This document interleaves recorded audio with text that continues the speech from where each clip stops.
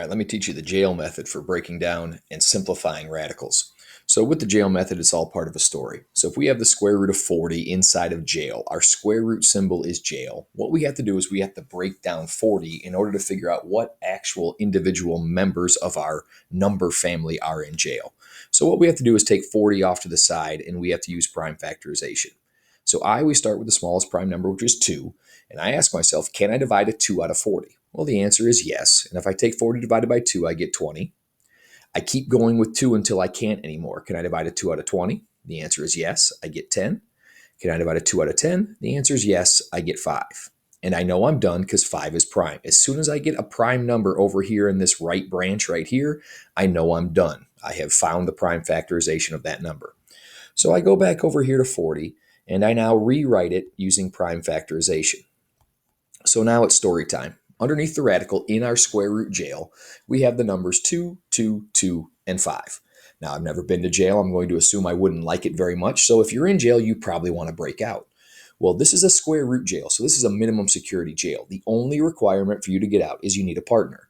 So what you're looking for is you're looking for the same number as you. So in this case, I have a partner here. And you might be thinking, well, wait a second, there's another 2. Yes, there is, but that 2 does not have a partner. And you can't partner up 2 and 5. They're not in the same cell block. So there's no way they're going to be able to scheme and get out. So 2 and 2 join up and they're going to break out of jail. So the night comes, jailbreak, they're getting out. So these 2s try to escape. Well, now it's the sad part of the story. One of them always dies. Unfortunately, it's this guy. But happy part of the story is this 2 gets out. It's now on the outside. And we're going to assume that he was wrongfully accused. So it's okay that this 2 got out. So now this 2 is out, outside the square root jail. This 2, unfortunately, is dead. So he's disappeared. This 2 never got a partner. And this 5 never had a partner. So they have to stay in. Well, when we clean that up, 2 is now on the outside. 2 times 5 is 10. The square root of 40 simplifies into 2 times the square root of 10. All right, let's try another one.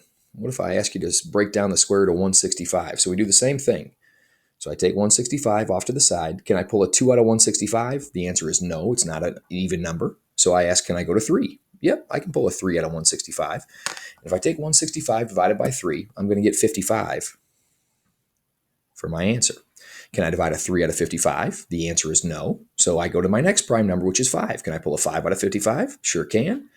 I get 5 and 11. And again, I know I'm done because this number here on the right is prime. So I go back over here and I rewrite 165 as 3 times 5 times 11.